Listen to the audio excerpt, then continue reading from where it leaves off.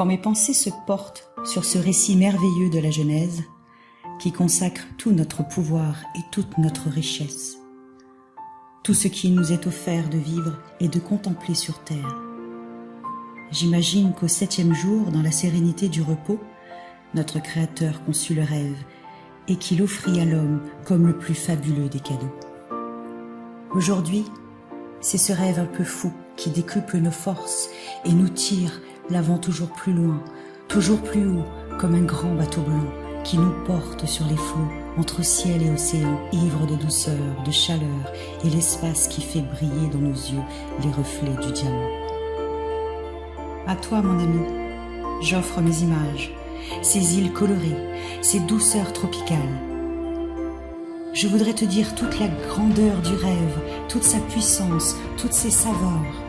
Je voudrais te le rendre vivant, palpable, te le faire écouter, te le faire sentir. À toi, mon ami, j'aimerais te dire combien il est la vie. Écoute cette musique. Elle t'emporte, elle te submerge, elle te chavire au plus profond de ton être. Apprends à aimer ce qui est beau. Apprends à aimer pour apprendre à vivre. Apprends à rêver. Ces paysages merveilleux, ces plages de sable blanc, ces endroits magnifiques où le ciel et l'eau se baignent, et la lumière, mais aussi tout ce qui est beauté, délicatesse et bien-être, tout ce que tu ne connais pas encore, ce qui peut te rendre fort et puis qui peut te grandir, tout cela t'appartient. Ce trésor ne se trouve pas dans la chance, ni dans le hasard, ni dans l'aide que peuvent t'apporter les autres. Cette force est en toi, dans la capacité de vouloir, d'imaginer et d'espérer ta vie. On croit parfois connaître son rêve, on ne connaît que ses habitudes, parce qu'on ne fait pas l'effort d'aller chercher ce qui nous fait vibrer notre âme, parce qu'on a perdu notre confiance en nous, parce qu'on a peur de nos propres émotions. On cherche le plus souvent dans le rêve des autres ce qui pourrait nous contenter. On construit sur du sable un édifice fragile.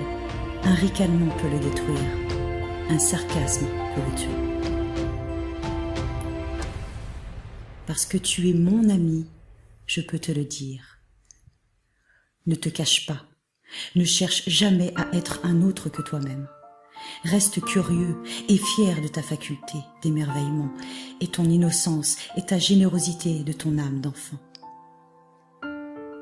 Ton rêve doit te surprendre, il doit te réaliser plus grand et plus fort, il doit t'habiter d'une foi, d'une énergie inébranlable, d'une richesse intérieure vivante et créatrice.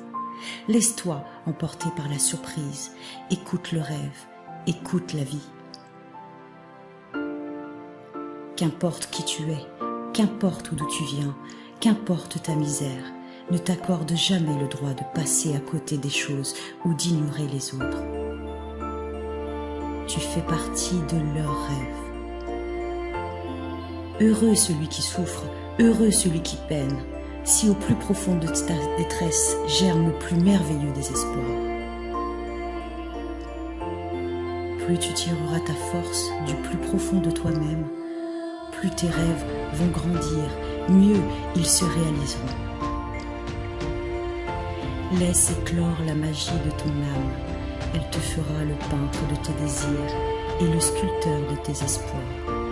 Tes rêves te rendront libre au-delà d'exister, libre pour gravir sans honte et sans contrainte les marches du bonheur et du succès. Si parfois ton enthousiasme s'essouffle, ton esprit se vide, ta liberté s'emprisonne au quotidien des habitudes, alors fais revivre ton rêve et souviens-toi qu'il est le sel de ta vie. Fais-en ton énergie, fais-en ta joie, ton ange gardien, ton meilleur ami. Il te protège, il te soutient, il est l'armure de tes combats, le guide de tes conquêtes, la saveur de tes récompenses. Si parfois tu t'égares, fais renaître ton rêve.